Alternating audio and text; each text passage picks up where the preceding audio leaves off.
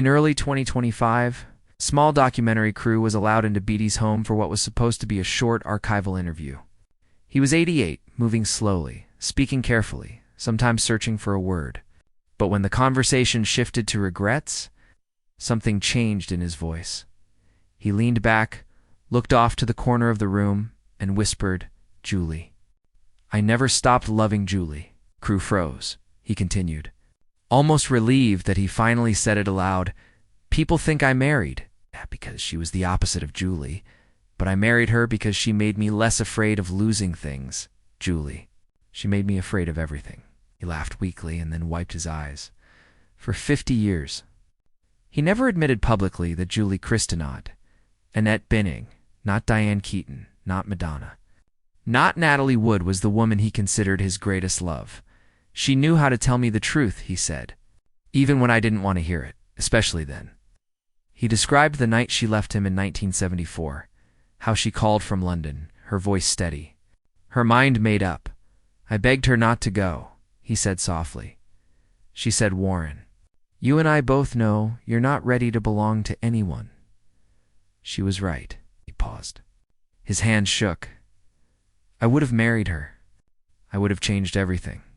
But only after I lost her did I understand who I was." Too late. The ghost of 1974 after the breakup. Beatty spiraled: work, women, distance, restlessness. Friends say the breakup with Christy was the only time he ever cried in front of them. He kept a box of letters. She wrote him short notes, scribbles, postcards from film sets in England, an old Polaroid of them laughing in a kitchen somewhere in Malibu. He showed the box to the crew quietly, saying, "These are the only things I've never thrown away." He admitted he had nightmares for years that she'd marry somebody else, when she finally did. He sent flowers anonymously. "She shaped every woman I fell for," he said, "and every woman I left." The apology he never said, Beatty, then revealed the real regret. "I didn't lose Julie because she didn't love me. I lost her because I kept pretending I wasn't afraid of anything.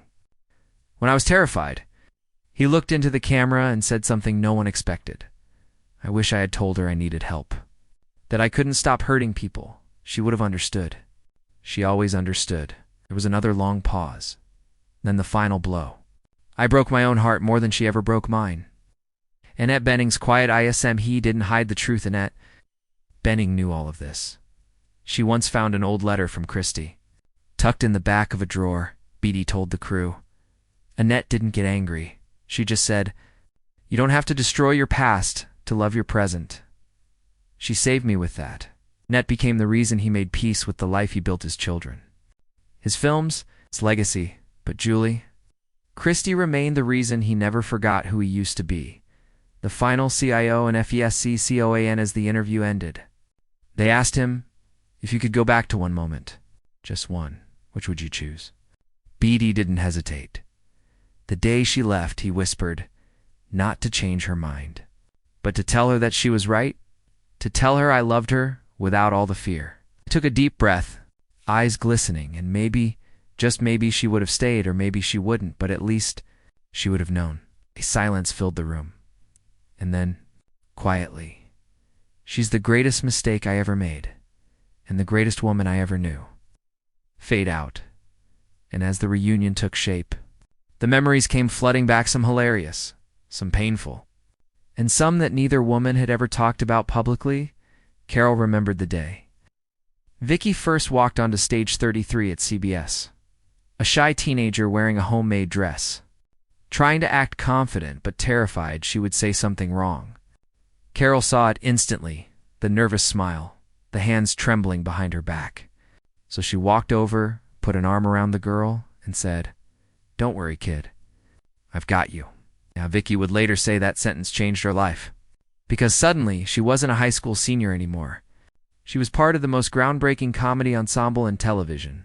But in the reunion special, 25 years later, Vicky finally told Carol the part she had never said out loud. She said, "You know, I always thought you'd eventually replace me with somebody older, somebody who deserved it more." Carol froze. Then she shook her head. "Vicky, you were the show. Why do you think I kept giving you more?" Because by the early 1970s, Vicky wasn't just the kid on the cast. She was the secret weapon, able to jump from naive teenage characters to fierce Southern mothers to sharp-tongued waitresses. And, of course, Mama. Mama was never supposed to be permanent. The character was meant to appear in a single sketch called The Family, a darkly funny, emotionally loaded look at dysfunctional Southern relatives. It was heavy, complicated, and risky, but Vicky took the script and turned it into lightning.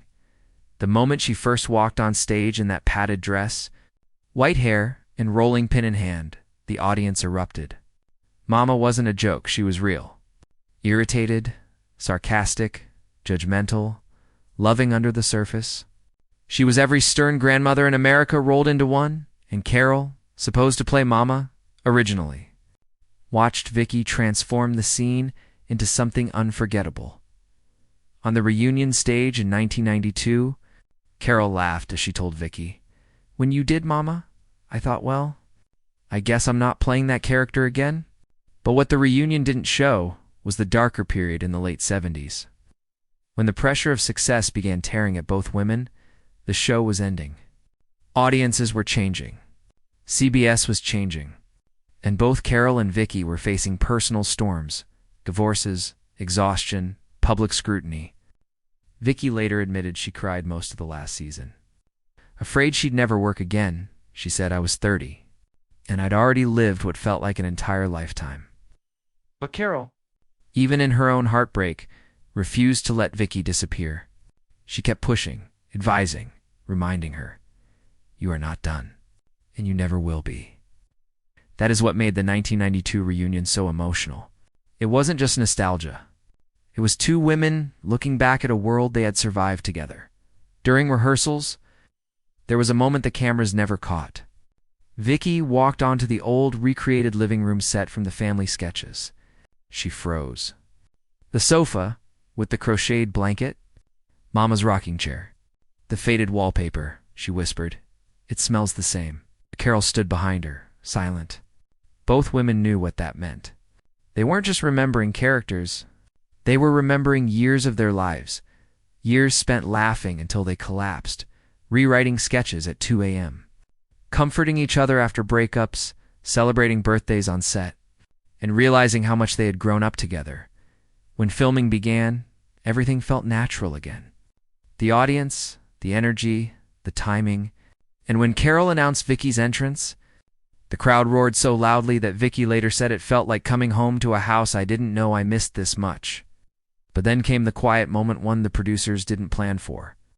After a tribute montage played, showing Vicky at 17, at 25, at 35, aging on screen with every character she played, Vicky was overcome with emotion.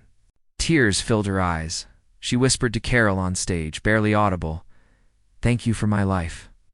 Carol squeezed her hand. "No, Vicky, you built your life. I just opened the door." The audience understood. For the first time, they were seeing the truth behind decades of comedy. They were seeing a mentorship that shaped not just careers, but people. The reunion special ended with the entire cast holding hands, singing something simple, something heartfelt. But when the cameras cut, Carol pulled Vicky aside. She hugged her tightly and said, "I'm proud of the woman you became." Vicky broke down crying. Because people had always praised Carol. They had praised Tim Conway, Harvey Korman, Lyle Waggoner. But Vicky was the one who grew up in front of millions. The one who never thought she belonged, yet became the anchor of some of the show's most iconic sketches. The reunion became a turning point. Suddenly, networks remembered. Producers remembered. Audiences remembered. And it launched the revival of Mama's Family, then talk shows, guest appearances, and a career renaissance Vicky never expected. Years later, she said, "The world saw me as Mama. Carol saw me as myself." And Carol said, "I always knew she could do anything. She just needed time to believe it too." The story of Carol Burnett and Vicki Lawrence isn't just about comedy. It's about a woman who reached down and lifted another woman up and then watched with pride as she soared. It's about art. It's born from love, talent, born from mentorship, and a friendship that survived fame. Growing pains, heartbreak, and decades of changing television in the end. The reunion wasn't a celebration of the past. It was a declaration. Some partnerships don't fade. Some families aren't born. They are chosen. And some legacies are written not in scripts, but in each other's lives. But the story didn't end with the 1992 reunion. If anything, that night reopened a door both women thought had quietly closed, because the morning after the special aired, Vicky's phone rang nonstop. Producers, journalists, casting directors, everyone suddenly remembered the woman who had once made America laugh every Saturday night. For years, she had been the girl from the Carol Burnett show. She was being rediscovered as an icon in her own right, but the person who called first wasn't a producer. It was Carol. She said, "Kid, you were brilliant last night." Vicky laughed. "You saw me nearly cry on national television." Carol's voice softened. "That's because you finally let people see you." It was something Vicky had never been good at. She could hide behind a character as easily as slipping on a wig. Mama, Eunice, Thelma Harper, Amy, the waitress, she knew how to transform. But Vicki Lawrence, the person? For years, she kept that version of herself tucked away, unsure if the world would like her without a costume. Carol had always seen that struggle, and she had always tried, gently, to push her out from behind it. So when, a few weeks later, a network executive floated the idea of reviving sketches based on the family, Carol didn't hesitate. She said, "If we do this, it has to be Vicki. No one else." It took months of negotiations. Different networks made different promises, but finally, one studio came forward with an offer.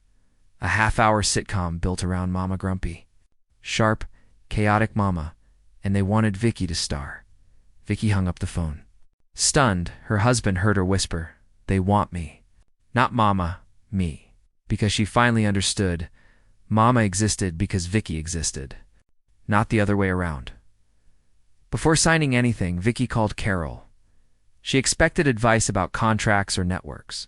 Instead, Carol said, "You know Mama better than anyone, but make sure you save a little of yourself too." Vicki didn't know what that meant yet, but she would when Mama's Family premiered. The reviews were mixed. Some critics didn't understand the humor. Others compared it endlessly to the Carol Burnett show. But the audiences loved it. Families tuned in every week. Reruns exploded. And soon, Mama became a household character again. But behind the scenes, something else was happening. Vicki was slowly learning who she was outside of Mama. In the dressing room, she would stare at herself in the mirror, half in costume, half out. One wig on the table, one script in her lap. And she would think, "This is the woman I created. But who created me?" Sometimes she would call Carol after a long filming day just to hear a voice that grounded her. Carol would listen, patient as always, and tell her stories from her own early days, stories of doubt, exhaustion, and fear disguised behind laughter. One night, Vicki asked her the question she had never asked in 25 years. "Why did you pick me?" There was a long pause, then Carol replied, "Because I saw myself in you, eh?" A young woman who didn't know yet that she was extraordinary. Vicki cried. Alone in her dressing room, still in Mama's floral dress, but the world was changing. The 90s brought new styles of comedy, new faces, new pressures. And while Mama thrived in reruns, Vicki felt the weight of being forever associated with a character she loved, but also one she feared might overshadow her forever. Interviews often began the same way.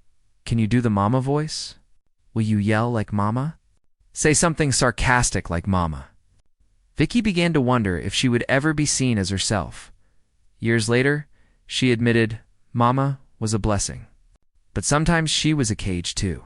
That's when Carol stepped in again, not through advice, but through example. Carol's own career had shifted. She took dramatic roles, hosted specials, wrote memoirs, stood on stages alone. She reinvented herself at an age when most actresses were being pushed aside. And so, watching her mentor write, perform, lecture, and adapt, Vicki felt something ignite. A voice inside saying, "You can do more. You always could." So she began to step forward as Vicki Lawrence, the singer, the speaker, the writer, the survivor.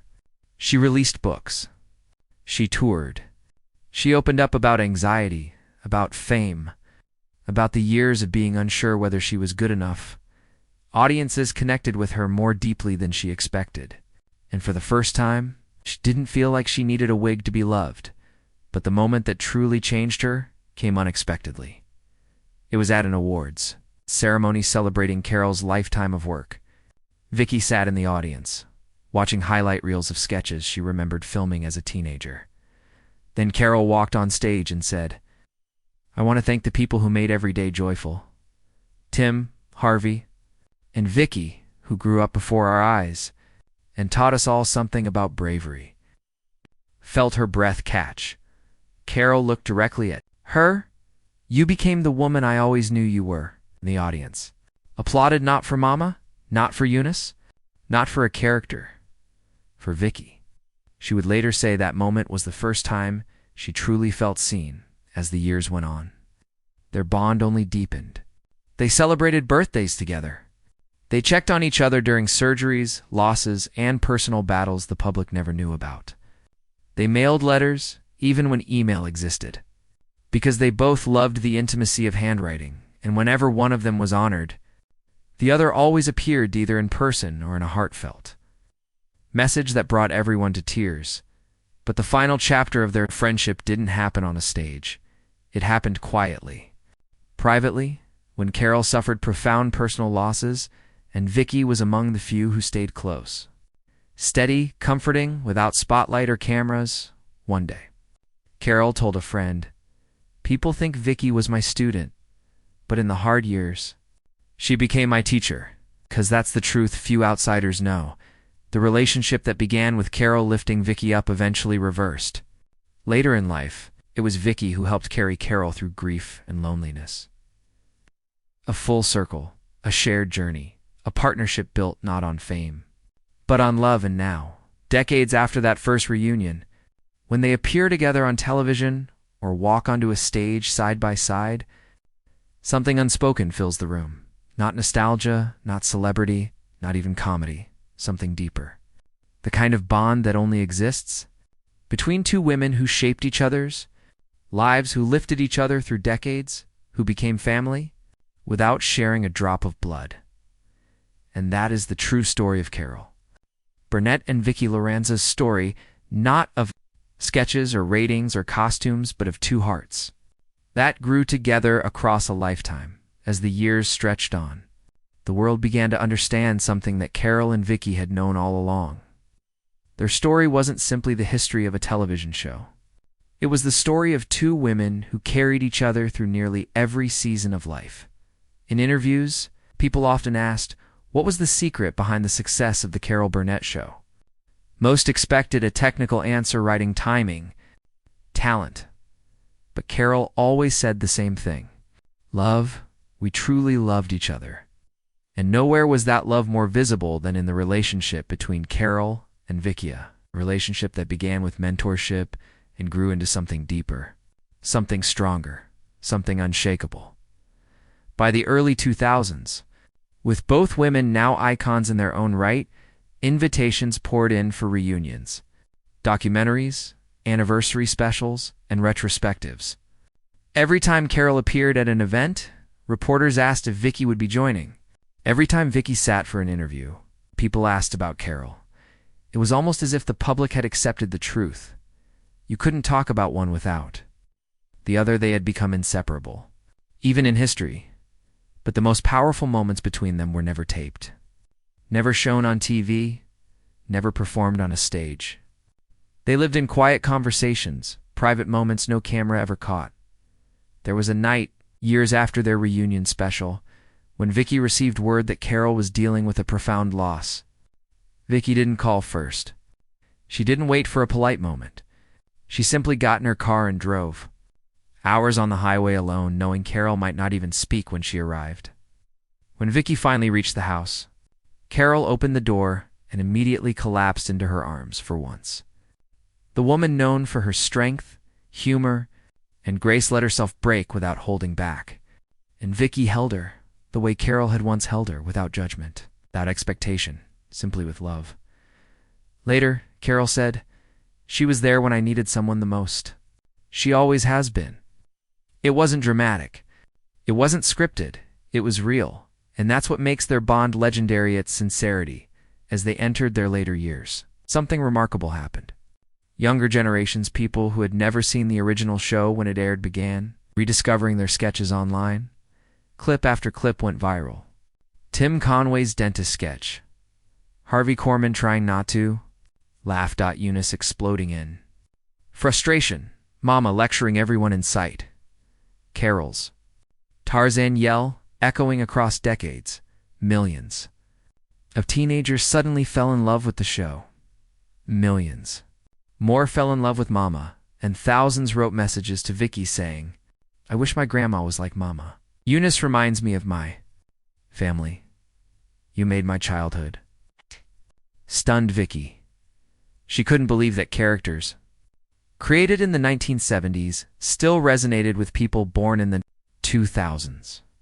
She called Carol and said, half laughing, "What did we do? How are kids watching us now?" Carol answered softly, "Because honesty never goes out of style. And everything we did came from honesty." This resurgence brought both women into a new spotlight. Suddenly, they were being interviewed again, invited to retrospectives, honored with Lifetime Achievement Awards. And every time Vicky walked onto a stage, fans cheered not for Mama, but for her. A moment Vicky never forgot happened at a public Q&A. A young girl, maybe 10 or 11, stood up and asked, "Miss Lawrence, when you were young, did you know you were going to be a star?" Vicky smiled gently and said, "No, I just hoped I would be able to keep up." Then she looked at Carol, sitting beside her on stage, and I had someone who believed in me before I knew how to believe in myself. Carol touched her hand. The same protective gesture she had used decades earlier when Vicky was 17